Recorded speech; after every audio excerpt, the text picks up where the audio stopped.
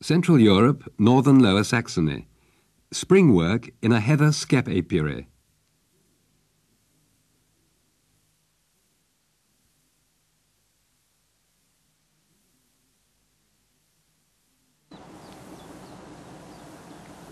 In the region of cultivated heathland between Bremen and Hamburg, in Langenfelde near Sittensen, lies the farmstead of the head beekeeper Georg Klintwort.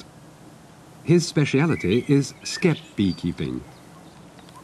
A large skep stand is directly adjacent to the house, the L-shaped home apiary with space for 270 skeps.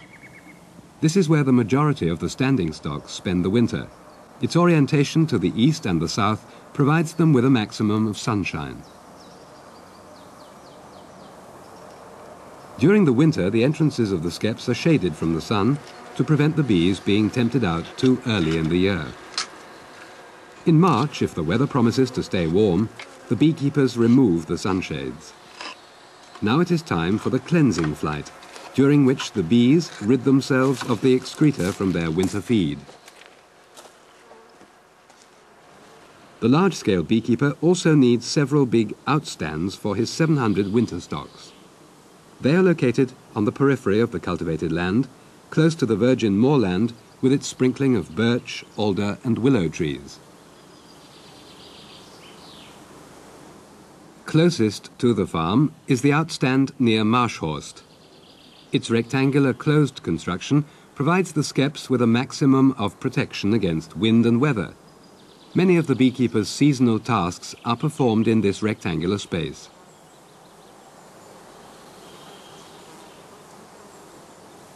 Access to the isolated winter stands is usually quite difficult. The single stand in woodland cover near Twistenbostel is also oriented to face the sun. Care is taken that the bees are able to fly straight out and find dry resting places on the grass in front of the skeps. They have the necessary water supply close at hand.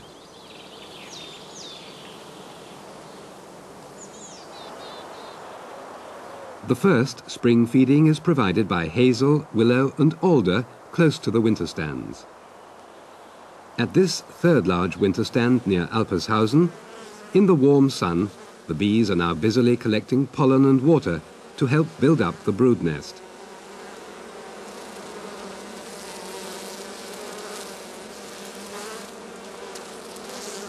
By mid-April, it's time for Georg Klintwort to prepare the skeps for the spring migration. In doing so, he takes the opportunity of inspecting the stocks to assess their condition. No beekeeper is ever without a smoker. The smoke from the smouldering tansy subdues the bees which are already actively tending their brood.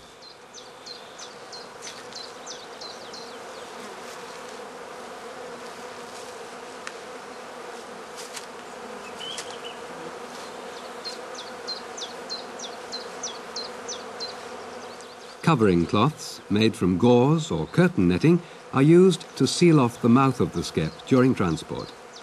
They are bee-tight while allowing air to circulate.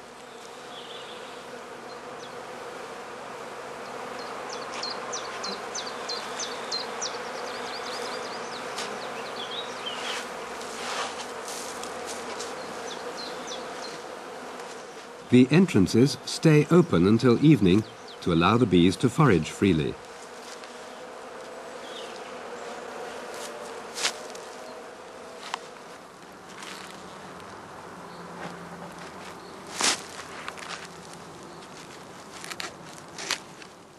The cloth must not come loose during the long journey. To keep it tight, the corners are twisted up before they are fastened.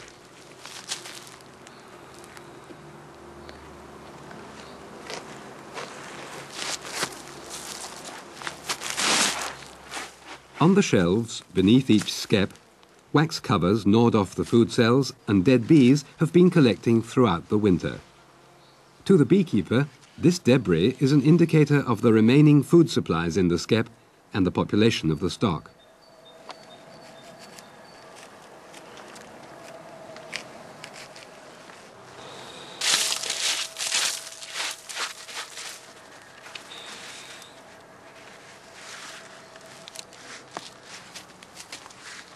The fact that the bees have built on to the dark old combs at the bottom of the skep to enlarge the brood nest tells the beekeeper that there is a good queen inside.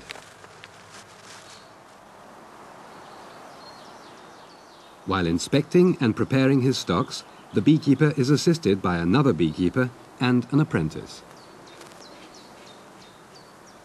The colonies that have been assembled at only a few stands for overwintering are now going to be transported in small batches to better nectar and pollen yielding areas. The majority of them, including the best stocks, are to be set up in the Alter Land. This extensive fruit-growing area between Stade and Hamburg to the south of the Elbe is the preferred spring migration place for the heathland beekeepers. To the back of the large Altländer farmhouses, the orchards of the fruit growers extend over a large area. In groups of up to 20 skeps, or singly, the winter stocks are now distributed on small migration stands. The skeps are put out immediately on arrival in the early morning.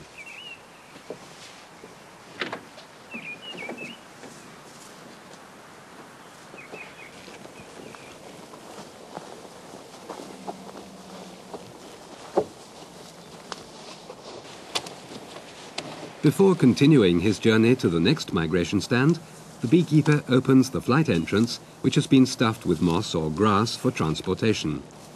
This allows the bees, as soon as they have arrived at the new site, to set out on their first orientation flight.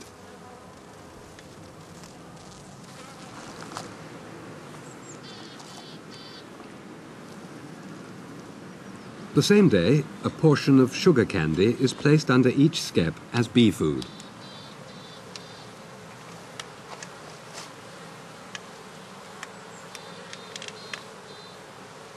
Shallow beechwood dishes with 3 carved feet are traditionally used for this purpose.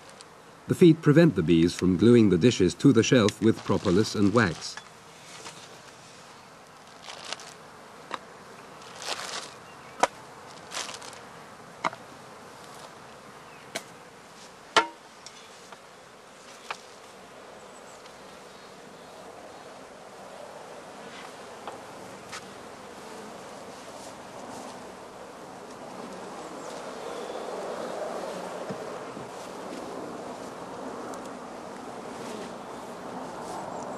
By feeding the bees, the beekeeper tides them over the period of sparse foraging before the fruit blossom is in full swing.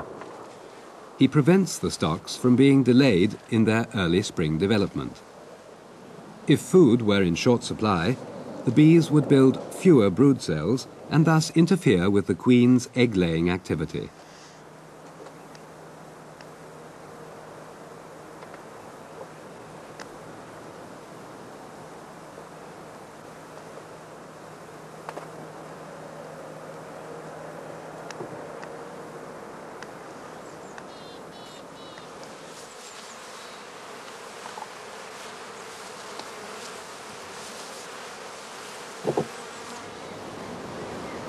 The covering cloths are removed and will not be needed again until the skeps are taken back home. There's an agreement between beekeepers and fruit growers that the stocks migrate to the Alter Land in time for the first flowering, which is the sweet cherry blossom. A fortnight later, the sour cherries are in full bloom.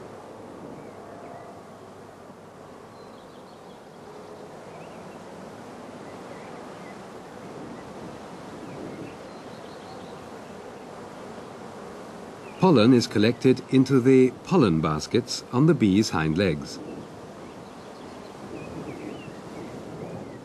The protein-rich pollen grains are used in rearing the already numerous brood in the skep, and thus help to promote the growth of the colony.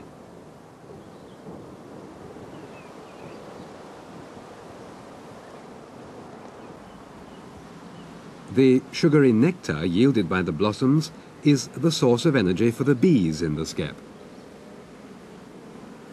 When the sour cherry blossom is over, the last blossoms to be worked by the bees in the Alter Land are pear and apple. In mature orchards, these trees are planted in long rows, often alternating with one another.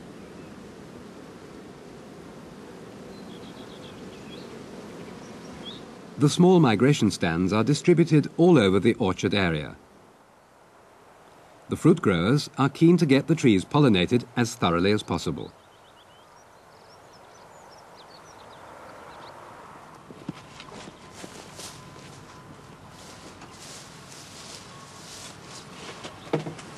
Once a week, the beekeeper inspects the stocks in the migration stands.